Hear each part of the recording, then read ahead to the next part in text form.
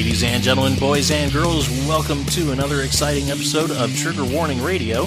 I am your host, the Kaiju Conservative, and this is a special episode, ladies and gentlemen, because this is a channel announcement for anybody who follows me on YouTube, but also Bitchute and other places as well. I'm just going to cut right to the chase and be quite frank, ladies and gentlemen. But as of today, I am not going to be uploading to my YouTube channel any longer. This is going to be the last thing I post on YouTube.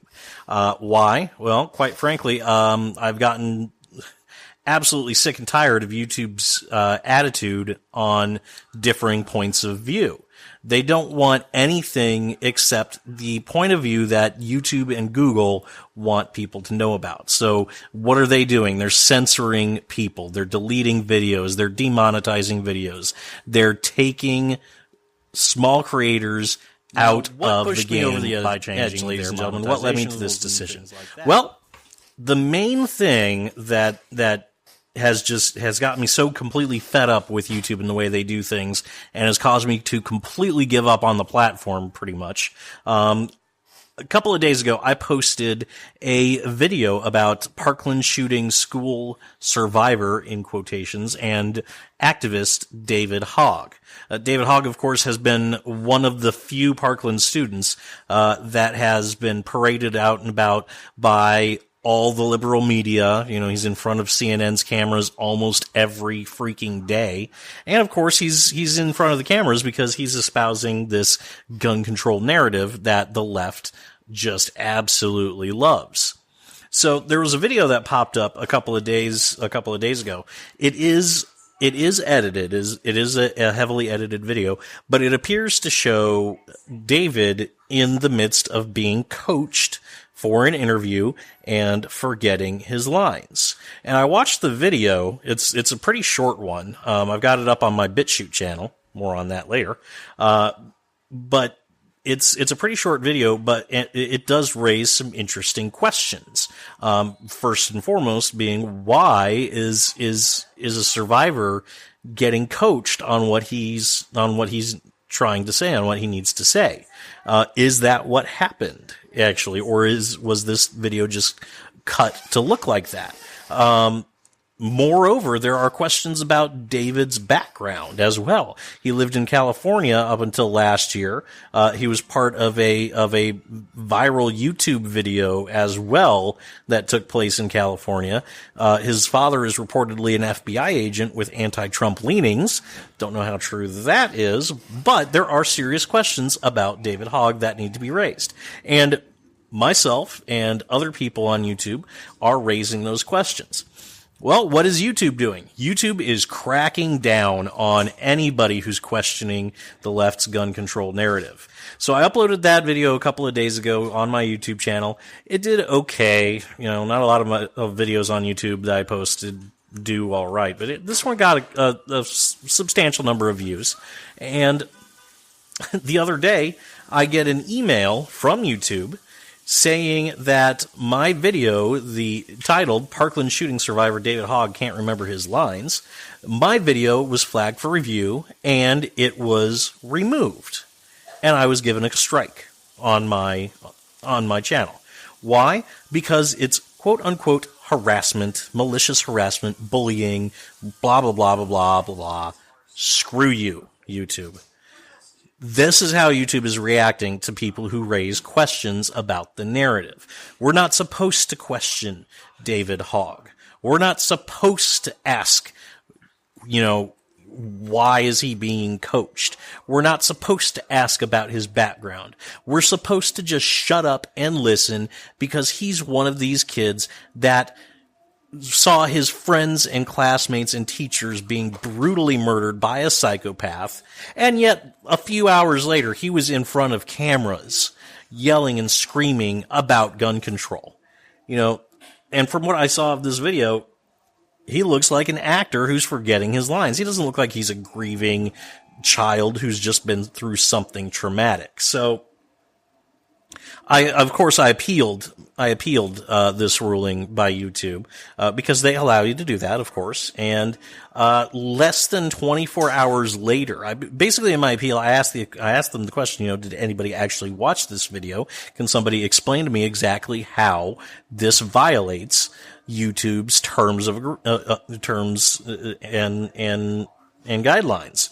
And of course, I got a very short, probably formulaic email generated by a computer that simply said, we've reviewed your appeal, and we're still removing the video, and your strike still stands. Because that's how YouTube wants to do this. That's what they want to do. They want to silence people. They want to censor people. It's a lot easier to do that. It's a lot more profitable to do that than it is to allow the truth to come out. So because of that, ladies and gentlemen, and this isn't the first time that this has happened, by the way.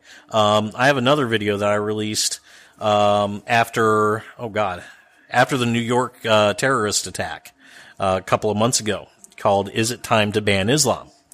That one was banned as well. That one was removed, and a strike was issued. But upon review, they decided it didn't violate the terms of agreement, but they were gonna hide it behind an age restriction wall. So yeah, whatever. I'm over it. I'm done with it. I'm absolutely over YouTube's double standards when it comes to what can and can't be seen. I'm absolutely over their censorship. So my primary channel now, ladies and gentlemen. You're still gonna find me on Spreaker. You're still gonna find me on YouTube, but my primary channel is going to be Bitchute. Why is that? Well, a couple of reasons. Number one, BitChute's my biggest channel. For those of you guys listening on BitChute, I absolutely love you guys. All the comments that you leave, the interaction that I get on BitChute is a million times better than YouTube, which is a freaking cesspool. And that's describing it, politely. But main thing with BitChute is I love the fact that they don't censor. Yeah, you see some of the horrible crap on there. You see the Nazis, you see, the radicals of both sides. You see the radical left, you see the radical right, but they don't silence those voices. They give you the opportunity to pick and choose which voices you want to listen to. BitChute and PewTube and other platforms like them, they simply present the information. They say, here's what's out there. Here are the ideas that are being discussed. It's up to you to decide which ones are worthy and which ones you want to listen to.